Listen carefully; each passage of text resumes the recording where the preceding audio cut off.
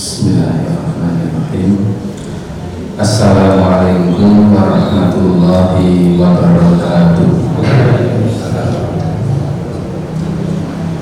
Alhamdulillahirabbil alamin.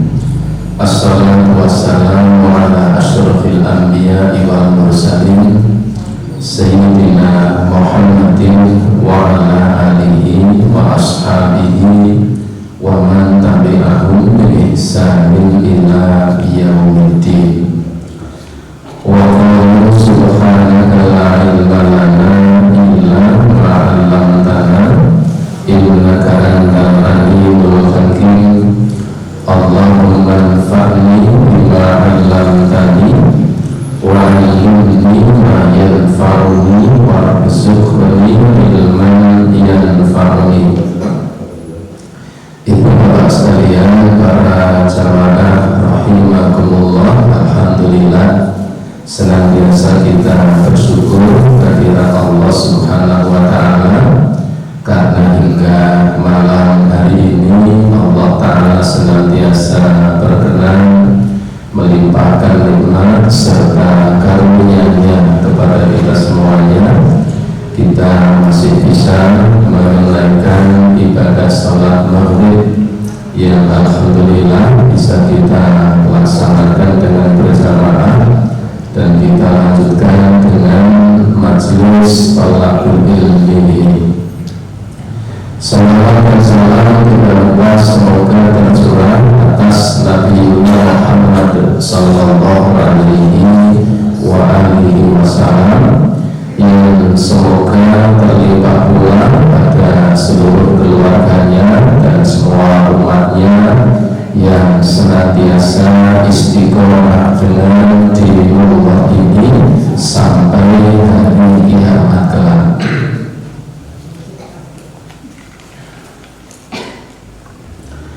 Ibu bapak dan jamaah rahimakumullah, pada pertemuan yang telah lalu kita telah sampai pada waktu-waktu sholat. Waktu-waktu sholat ada 3 kesimpulan yang bisa kita ambil.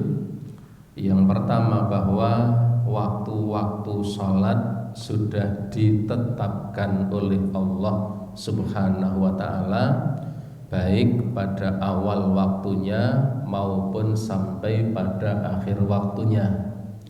Sebagaimana Allah Ta'ala firmankan, inna sholata kanat 'alal mu'minina kitaban mawquta, bahwa sholat itu sudah diwajibkan oleh Allah dan sudah ditentukan waktu-waktunya. Waktu sholat itu sudah tertentu. Kita tidak boleh mengkreasi sendiri, karena ketentuan waktu itu sudah ditentukan oleh Allah Ta'ala. Yang kedua, bahwa waktu sholat itu ada waktu awal sampai pada waktu akhir, sehingga bisa dikatakan bahwa waktu sholat itu bagi sholat, ya, antara sholat satu dengan sholat yang berikutnya adalah milik waktu sholat dari sholat yang sebelumnya, kecuali waktu sholat subuh. Karena tidak ada waktu subuh itu antara subuh sampai zuhur. Waktu sholat asar, asar sampai sebelum masuk waktu maghrib. Waktu sholat zuhur adalah masuknya waktu sampai sebelum masuk waktu sholat asar. Tapi khusus sholat subuh tidak berlaku. Waktu sholat subuh itu dimulai dari waktu sholat subuh masuk sampai sebelum masuk waktu sholat zuhur. Kalau itu berlaku, kita bisa sholat zuhur pada jam 11 siang. Jadi 11 siang itu nyangking anduk teng masjid, ya, kemudian jeng nopo adus terus subuhan. Nah, ini yang tidak berlaku. Jadi rentang waktu sholat itu menjadi waktu sholat dari waktu yang sebelumnya. Tetapi kemarin kesimpulan yang ketiga adalah waktu-waktu sholat itu meskipun rentang waktunya panjang, dari masuknya satu waktu sholat sampai sebelum masuk waktu sholat yang berikutnya, tetapi waktu sholat yang paling utama adalah di awal waktu. Itulah yang dilaksanakan dan dicontohkan oleh Nabi Sallallahu Alaihi Wasallam. Meskipun rentang waktu itu panjang, tetapi yang paling utama adalah dilaksanakan di awal waktu. Itu yang dikerjakan oleh Nabi, itu yang dicontohkan oleh Nabi Sallallahu Alaihi Wasallam. Sekalipun ya sebagian orang ada berpendapat bahwa waktu sholat itu seperti orang makan daging tengkleng kambing, congornya boleh, iganya boleh, buntutnya juga boleh. Artinya awal waktu boleh, tengah waktu boleh, akhir waktu boleh. Tapi terlepas dari itu semua, yang dicontohkan oleh Nabi adalah dilakukan di awal waktu, kecuali waktu sholat isya, yang sebenarnya waktu utama sholat isya itu adalah diakhirkan waktunya hingga jelang pertengahan tengah malam. Pertengahan tengah malam berarti sekitar jam-jam setengah 12 barangkali, jika itu tidak memberatkan kaum muslimin. Jadi kalau tidak memberatkan kaum muslimin, tidak memberatkan jamaah sholat, waktu sholat isya yang paling utama itu adalah dilakukan di akhir waktu jika tidak memberatkan. Fa illa fala. Tetapi ketika itu memberatkan, maka yang terutama adalah dilakukan di awal waktu.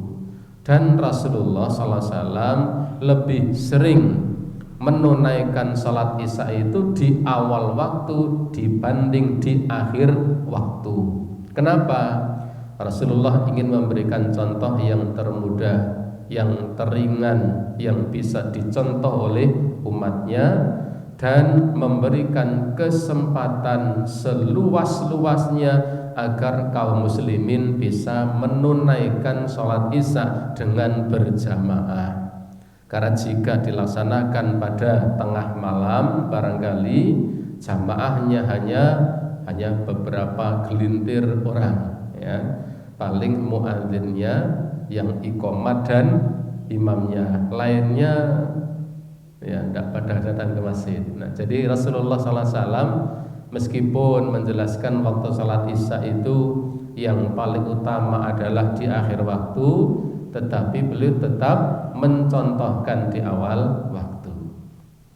Itulah beberapa poin yang kemarin kita sampaikan pada bab tentang waktu-waktu salat. Berikutnya ibu bapak jamaah rahimakumullah, bab yang keempat, fi syurutis shalah wa arkaniha wa hukmu tarikiha, ya, wa adillatiha wa hukmu tarikiha. Yang bab keempat adalah bab tentang syarat sholat, rukun-rukunnya dan hukum meninggalkannya. Wa fi masail, yang pertama adalah mas'alul ula fi adadis shalawatil maktubah, tentang jumlah salat yang diwajibkan. Ini kita mereview karena saya kira ini sudah banyak yang paham. Adadus shalawatil maktubati khamsun, jumlah salat yang diwajibkan itu ada 5. Selain yang 5 ini hukumnya adalah tidak wajib, meskipun barangkali ada yang sangat ditekankan, tetapi di luar yang 5 ini hukumnya tidak wajib. Wahya, dan 5 sholat itu adalah al-fajru salat fajar, atau di tempat kita sering dikenal dengan salat subuh. Kalau di Jazirah Arab seperti di Makkah dan Madinah sering menyebut dengan salat fajar. Panjenengan tidak haji, panjenengan tidak umroh, ada waktu salat, jam waktu salat tertulis zuhur, asar, maghrib, isya dan fajar. Tidak menyebut salat subuh. Nek mboten pitados buktekke mriko. Jadi waktunya itu fajar, zuhur, asar, maghrib, isya. Di tempat kita lebih kenal dengan salat subuh. Maka ada sebutan salat sunnah fajar. Itu salat sunnah sebelum salat subuh. Yal fajru salat fajar, wal zuhru dan salat zuhur, wal asru asar, wal maghribu maghrib, wal isya dan salat isya. Wa huwa mujma'un 'alaiha, dan keterangan yang menjelaskan bahwa 5 salat ini adalah salat yang diwajibkan. Hadza mujma' 'alaiha, ini sudah menjadi kesepakatan di kalangan para ulama. Jadi tidak ada satupun ulama yang menyelisih pendapat bahwa salat yang diwajibkan itu hanya 5, subuh atau fajar, zuhur, asar, maghrib dan isya. Wa qad dalla ala dzalika haditsun Talhah bin Ubaidillah anna A'rabiyyan qala. Yang menjadi dasar dari keterangan ini adalah hadis Talhah bin Ubaidillah. Talhah bin Ubaidillah ini seorang sahabat Nabi yang pernah bermimpi bahwa beliau mempunyai 2 teman, sama-sama mu'alaf masuk Islam. Masuk Islamnya bareng. Yang satu Islamnya sangat serius, ibadahnya tenanang sekali. Yang satu ya serius, cuma kalah dengan yang satunya. Dua-duanya ikut dalam perang. Ternyata ketika ikut perang itu kebetulan sahabatnya ini, keduanya ini yang berislamnya lebih sungguh-sungguh ternyata terkena senjata musuh dan meninggal dunia. Yang satu usianya dipanjangkan sampai setahun berikutnya. Ketika itu Talhah bin Ubaidillah ini bermimpi. Ternyata apa? Melihat 2 temannya ini, ternyata yang masuk surga lebih dulu itu yang tidak seserius yang pertama, hanya usianya dipanjangkan. Maka telah kepada Nabi bertanya, ya Nabi, saya bermimpi demikian. Saya punya 2 teman, ya, sama-sama mu'alaf masuk Islam. Yang satu tenanan sungguh-sungguh, ikut dalam perang mati. Ini jangan diambil kesimpulan nek tenanan Islamnya cepet mati, enggak ya. Yang satu kebetulan demikian. Dan saya bermimpi ya Rasulullah, ketika 2 orang ini di akhirat ternyata yang diperintahkan lebih dahulu masuk ke dalam surga itu teman yang satunya, yang kalah serius dengan yang satu ini. Nabi bertanya pada Talhah ini, apa yang kamu herankan? Kata Talhah, mestinya yang lebih dulu masuk surga adalah yang Islamnya sungguh-sungguh. Kata Nabi, wahai Talhah, bukankah selisih usia di antara keduanya 1 tahun? Dan 1 tahun itu kamu hitung berapa kali dia melaksanakan sholat wajib. Subuhnya berapa 1 tahun itu? 365 subuh, 365 zuhur dan seterusnya. Kata Rasulullah, wahai Talhah, selisih usia keduanya yang 1 tahun itu menjadikan derajat keduanya terpaut sangat jauh seperti bumi dan langit, selisih usia 1 tahun. Maka kita boleh untuk memohon pada Allah agar diberi usia yang panjang, dengan syarat meminta juga kepada Allah diberi kekuatan mengisi usia dengan kebaikan. Nah, dalam hadis dari Thalhah bin Ubaidillah ini beliau mengatakan anna a'rabiyan qala, bahwasanya ada seorang A'rabi. A'rabi itu orang Badui. Qala, dia berkata, ya Rasulullah, madza faradallahu alayya minas shalah. Ya Rasulullah, apa saja yang diwajibkan oleh Allah Ta'ala bagi kami dari sholat yang mesti kami lakukan? Dengan kata lain, sholat apa saja yang telah Allah wajibkan kepada kami. Qala, Nabi pun mengatakan khamsu salawatin fil yaumi wal lailati. Yang diwajibkan untuk kalian itu adalah 5 sholat dalam waktu sehari semalam. Disebutkan dalam hadis yang agak panjang dari zuhur, asar, maghrib, isya dan subuh. Itu yang disabdakan oleh Nabi Shallallahu Alaihi Wasallam. Wa hadisun Anas radhiyallahu anhu fi qissatir rajuli min ahlil badiyah. Dan juga hadis dari Anas bin Malik tentang kisah seorang laki-laki ahlil badiyah.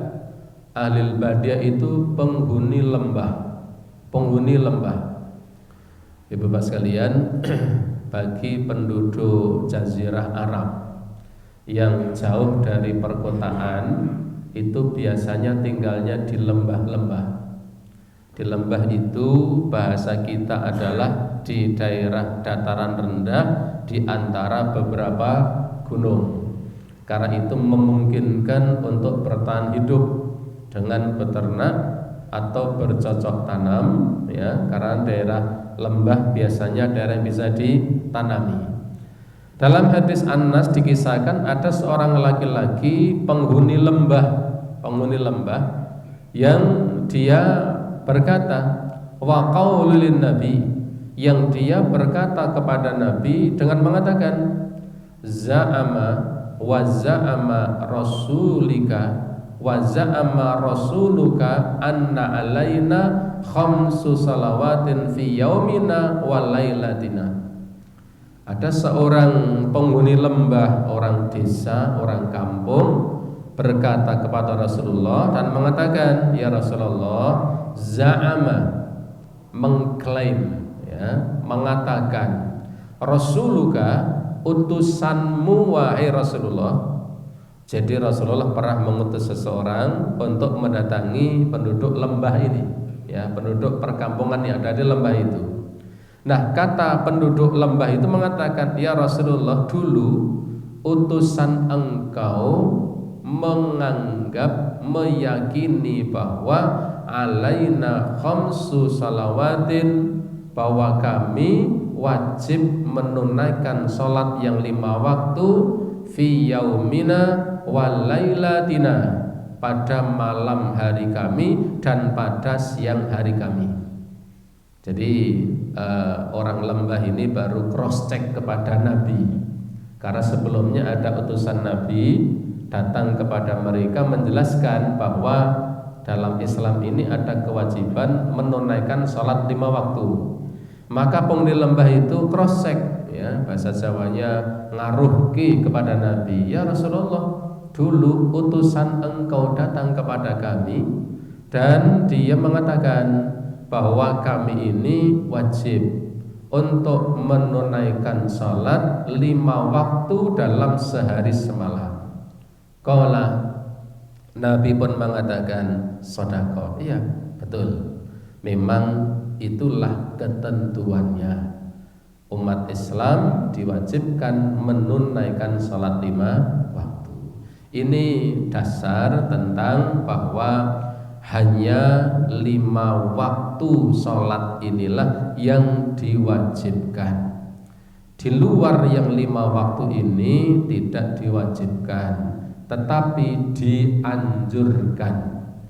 Kalimat dianjurkan dalam bahasa fikih dikenal dengan disunnahkan.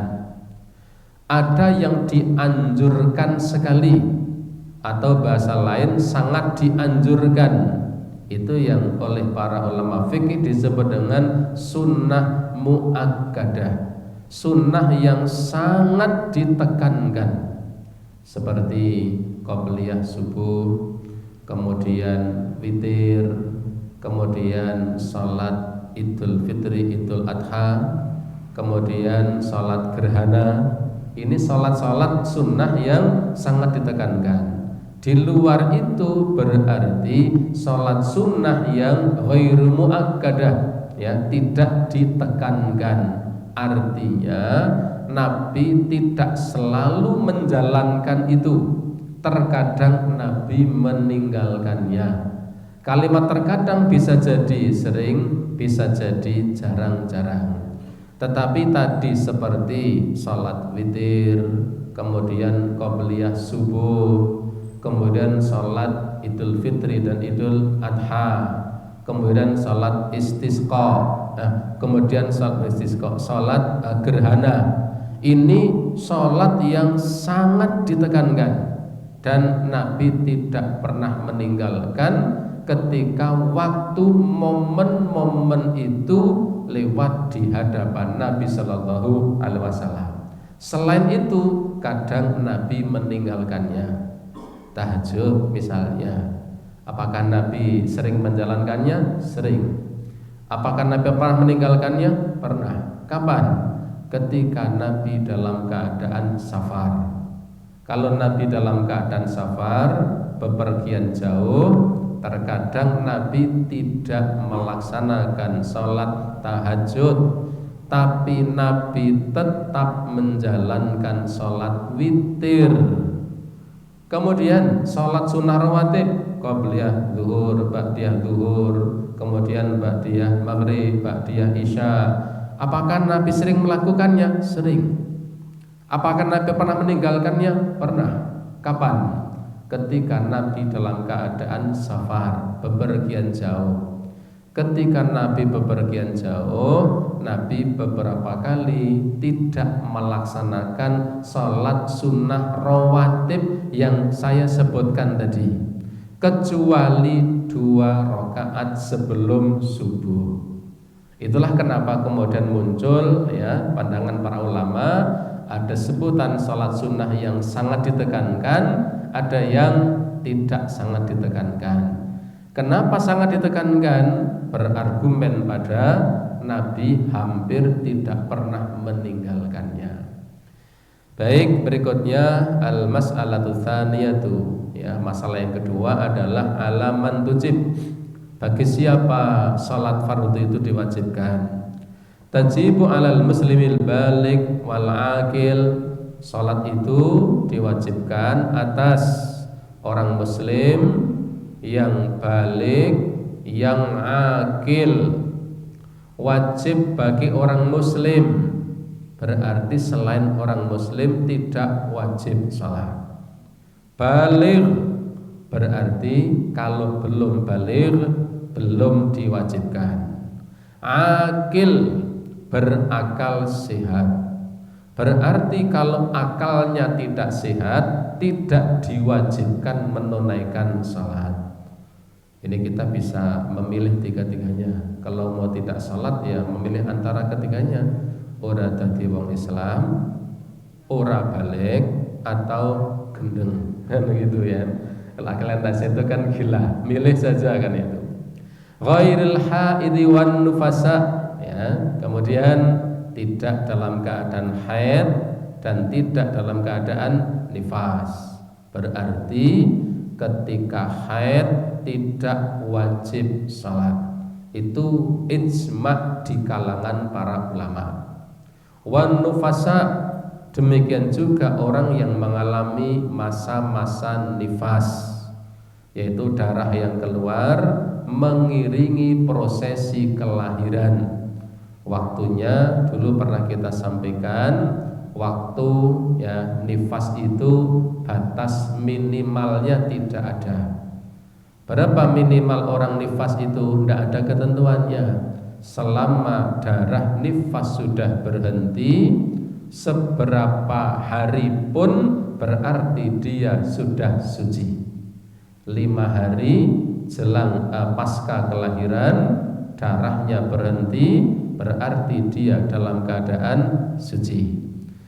30 hari baru darahnya berhenti, maka 30 hari itu dia tidak menjalankan salat. Sampai 40 hari darah belum berhenti, maka pendapat yang masyhur di kalangan para ulama mazhab adalah kalau di atas 40 hari tidak dihukumi sebagai nifas. Kenapa? Supaya tidak banyak sholat yang ditinggalkan. Kemudian wa yu'maru bi'as-sabi, ya, kalau orang yang belum balik itu tidak diwajibkan sholat, namun tetap diperintahkan bihas-sabi kepada anak-anak kecil yang belum balik, meskipun itu tidak wajib, maka mereka sekalipun usia anak-anak tetap diperintahkan untuk salat. Kapan? Idza balagha sab'a sinin, ketika usia anak-anak kita sudah berusia 7 tahun, maka kita diperintahkan supaya memerintahkan mereka, anak-anak itu, untuk melaksanakan salat. Jadi kalau kita punya anak sudah 7 tahun disuruh untuk sholat. Wa yudrabu 'alaiha li ashrin, kalau usia 7 tahun sudah diperintahkan untuk sholat, kemudian usia 10 tahun, berarti 3 tahun berjalan. 10 tahun diperintah untuk sholat, tidak mau melaksanakannya, Rasulullah memerintahkan supaya orang tua itu memukul anaknya yang sudah berusia 10 tahun dia tidak melaksanakan sholat, supaya anak-anak itu dipukul dengan pukulan yang mendidik, bahwa mereka memang sudah dianjurkan untuk melaksanakan sholat. Jadi kalau sudah 10 tahun ya diperintahkan, bukan diperintahkan tapi kemudian dipukul. Dipukul itu bahasa kitanya ya disebelek, ya, disebelek. Nek dulu kan ada tuding, sekarang kan sekolah tidak ada tuding, yaitu dipukul supaya dia melaksanakan salat. Kalimatnya yudrab, dipukul, bukan dipukuli. Dipukul dan dipukuli itu berbeda, hanya terpaut huruf i. Dipukul supaya dia melaksanakan salat. Li haditsin, berdasarkan hadis Nabi, rufi al-qalamu an thalathatin. Islam mengajarkan bahwa kolam catatan amal itu tidak dicatatkan untuk 3 golongan manusia. Artinya 3 golongan manusia ini, seandainya mereka meninggalkan kewajiban, tidak berdosa. Seandainya 3 golongan ini melakukan dosa, tidak dicatat sebagai perbuatan dosa. Disebutkan oleh beliau, wa an sabiyyi hatta yahtalima, di antaranya adalah disebutkan anak-anak kecil hingga dia bermimpi atau hingga dia balik. Jadi ini dasar, ya, perintah wajibnya salat itu ketika usianya sudah balik. Wali qauli sallallahu alaihi wasallam, dan juga berdasarkan sabda Nabi sallallahu alaihi wasallam, beliau mengatakan, murru auladakum bis salati lisab'in, perintahkanlah oleh kalian kepada anak-anak kalian untuk melaksanakan sholat ketika usia mereka mencapai 7 tahun. 7 tahun itu TK, masuk kelas 1. Karena sekarang syarat untuk kelas 1 SD itu harus sudah 7 tahun. Itu aturan sekarang. Apakah nanti berubah? Ya tidak tahu. Kalau dulu masuk sekolah tidak 7 tahun, tapi kalau sudah iso ngemek kuping, nah ini kan. Kalau zaman dulu kan kon ngeten-ngeten itu, nek urung tekan ngemek kuping urung ngawe sekolah. Nah, saya tidak menangi itu. Ya, saya masuk sekolah kelas 1 dulu usia belum 7 tahun. Karena belum 7 tahun maka usia catatan kelahiran saya dituakan 1 tahun itu. Men tambah umure sekalipun fiktif. Kok gelem Pak Gus? Saya ndak bisa menolak wong dituliski tur orang ngerti karepe. Sehingga usia di KTP terpaut lebih tua dibanding usia yang sebenarnya tidak apa-apa. Malah usiane dawa ya. Nabi mengatakan begitu, perintahkanlah oleh kalian kepada anak-anak kalian supaya mereka melaksanakan sholat ketika usia mereka 7 tahun. Wadribuhum 'alaiha li'ashrin. Pukullah mereka jika mereka meninggalkan sholat manakala usia mereka mencapai 10 tahun. Lalu kata Nabi, wa farriqu bainahum fil madaji. Kalau usia anak-anak kita itu sudah berusia 10 tahun, wa farraqu, pisahkanlah bainahum, pisahkanlah di antara mereka fil madaji, ketika tidur di atas ranjang. Itu syariat. Jadi kalau usianya sudah 10 tahun, sebaiknya kalau tidur tidak disatukan dalam satu ranjang, kecuali ranjangnya ranjang yang lebar sekali. Tapi sekarang jarang orang punya ranjangnya lebar. Saya dulu di kampung pernah menangi kalau namanya ranjang, bukan ranjang tapi amben ya. Amben itu kan mepet dari pager sampai pager, sehingga glinding-glinding wong telulas itu cukup ya, karena ranjangnya itu panjang. Nah itu kalau diisi orang 13 saja cukup, itu diisi 3 orang ya masih arang-arang ya. Artinya begini, kalau kita punya anak usia sudah 10 tahun lalu tidur bersama di satu ranjang yang kecil, sebaiknya itu dipisah. Kenapa? Mengantisipasi hal-hal yang tidak diinginkan. Apalagi kalau anak-anak kita putra dan putri, maka sebaiknya tidak menunggu sampai usia 10 tahun, tapi sudah dibiasakan ranjang itu terpisah. Haning gone cilik bagus nih, ranjangnya sing cilik-cilik gitu. Sehingga tidak menjadi satu ya, tidur di atas satu celimut, maksudnya demikian. Kemudian yang ketiga, fi syurutiha, syaratnya. Wasyurutuha tis'atun, syarat-syarat sholat itu ada 9. Pertama, al-islamu, Islam. Syarat wajib sholat itu adalah orang Islam. Demikian juga syarat sahnya. Syarat sahnya sholat itu adalah pertama orang Islam, pelakunya muslim. Fala tasihu min kafirin, maka tidak sah sholat di mana yang melakukan sholat itu adalah orang kafir. Siapa orang kafir? Orang-orang yang di luar agama Islam. Jadi kalau kita punya teman, punya saudara, kebetulan dia bukan muslim, kok kemudian ikut menjalankan sholat secara khusyuk, ya udah bisa khusyuk ya. Kalau mereka menjalankan sholat, ya sholatnya tidak diterima karena memang tidak diwajibkan untuk mereka. Kenapa? Libatlani amaluhu, karena amal ibadah.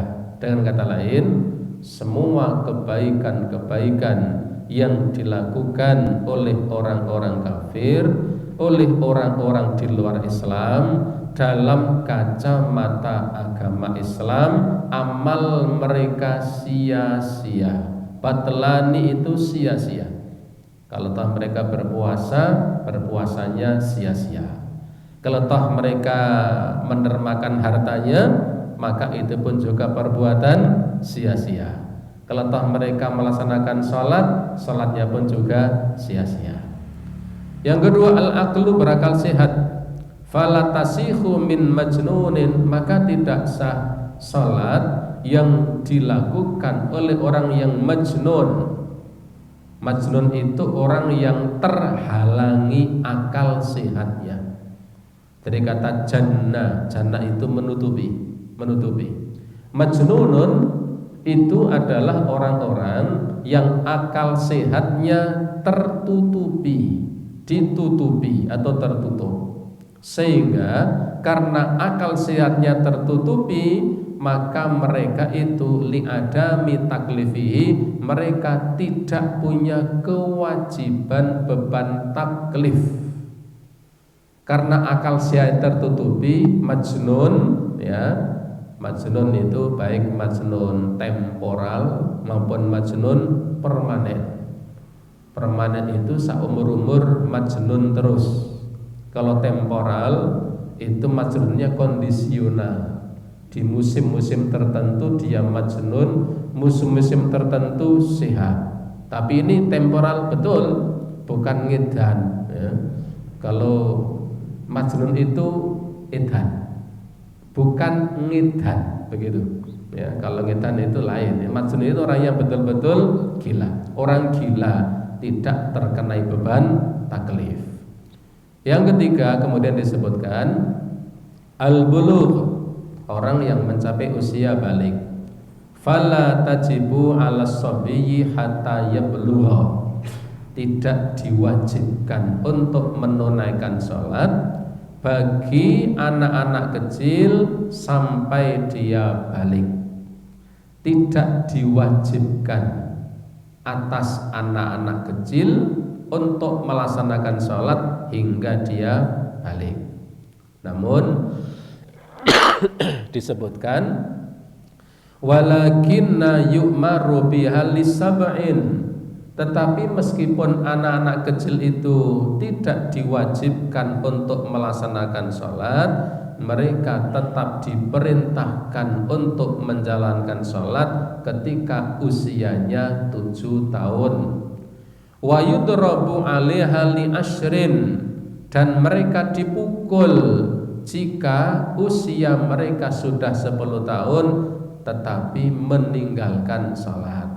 Di hadisin murru auladakum bisolati lisab'in, perintahkan kepada anak-anak kalian untuk melaksanakan sholat ketika usia mereka 7 tahun.